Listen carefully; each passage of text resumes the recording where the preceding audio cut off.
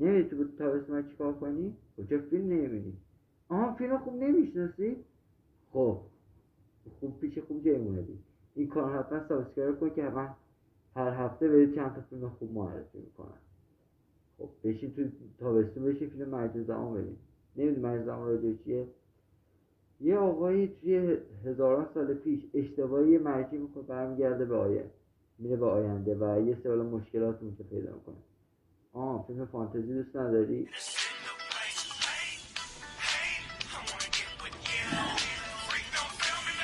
C'est sorcellerie, messire! On est niqué!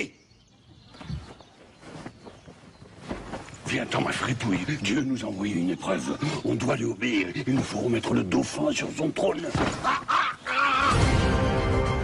La fripouille, tu te ralasses! Jacques, mort ici! Jacques!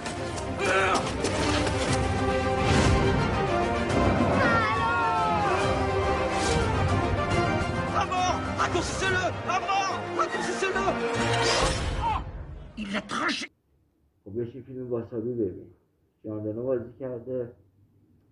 اگه ویدیو قبلی ما دیده باشی ژان رنو احتمال میشناسی. خب راجع به ژان رنو نقش پلیس رو داره که خیلی جدی کار میکنه، خیلی جدی کار میکنه و یه روز تو یکی از عملیاتاش که بوده جوری میزنه مجرمو رو زخمی میکنه که خود رئیس پلیس میاد، رئیسش میاد بهش میگه داداش تو خیلی دیر داری جدی کار میکنی، یه 10 روز بهت مرخصم، برو فقط نمیخوایم ببینیمه. و یه وکیل بهش زنگ میزنه میگه زنت که 20 سال پیش ازت طلاق گرفته ازت حامله بوده حالا مرده، بیا بچه‌تو جمع کن. میره ژاپن و میخواد دیگه حالا اونجا یه سری ماجرا براش پیش میاد که من دیگه بیشتر از این بگم اسپویل میشه. چی؟ دوستت از ژاپنیا بدش میاد؟ کلا فیلمایی که تو ژاپن فیلم برداشتن نمیبینه؟ چقدر بد. بس فیلم واسابی نمیتونه چون کلش تو ژاپن فیلم برداری شده. خب اشکال نداره بابا، بیا یه فیلم بهتر و معرفی کنم بهت. فیلم ساکچیو رو دیدی؟ ندیدی؟ خب برو بشین ببین. فیلم ساکچیو توش ژان رنو بازی کرده، همون که تو واسابی هم فیلم قبلی هم بازی کرده بود.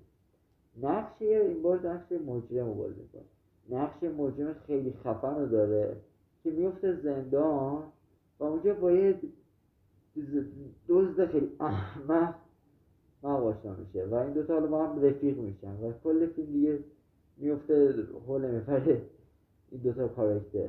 یه فیلم کمدی اکشن خیلی خفنه. چی؟ کلا دوست داشت از ژان رنو بدش میاد، زودتر میگفتی اشکال نداره. دوستت فیلم مافیایی دوست داره؟ خب خوبه. فیلم اسکارفیس که دیدی؟ ندیده؟ داداش چرا تو این ویدیو کلیک کردی؟ خب برو اول فیلم اسکارفیس رو ببین با دوستت، بعد بیایید این ویدیو رو ببین. حالا اگه دیدی این فیلم رو دیگه بشین بقیه ویدیو رو ببین. فیلم بعدی که میخوام بهت بگم رای کارلیتو. ببین اسکارفیس رو که خب دیدی دیگه. ببین کارلیتو کاراکتر هستی توی فیلم که آلپاچینو کرده دقیقا متضادش کاراکترش تو فیلم اسکارفیسه. یه آدم جا افتاده تر که خیلی دنبال خشونت، یه آدم خیلی جا افتاده تره که اصلا دنبال خشونت نیستش و نمیخواد تو مافیا کار کنه ولی متاسفانه دوباره میره تو کار مافیایی. خیلی قشنگه، حتما بشین. هیتلر رو خیلی دوست داره، میخوای فیلم که مثلا راجع آلمان نازی باشه بهت معرفی کنم. خب داداش میشه خوب کسی اومد من کارم اینه راجع هیتلر باشه.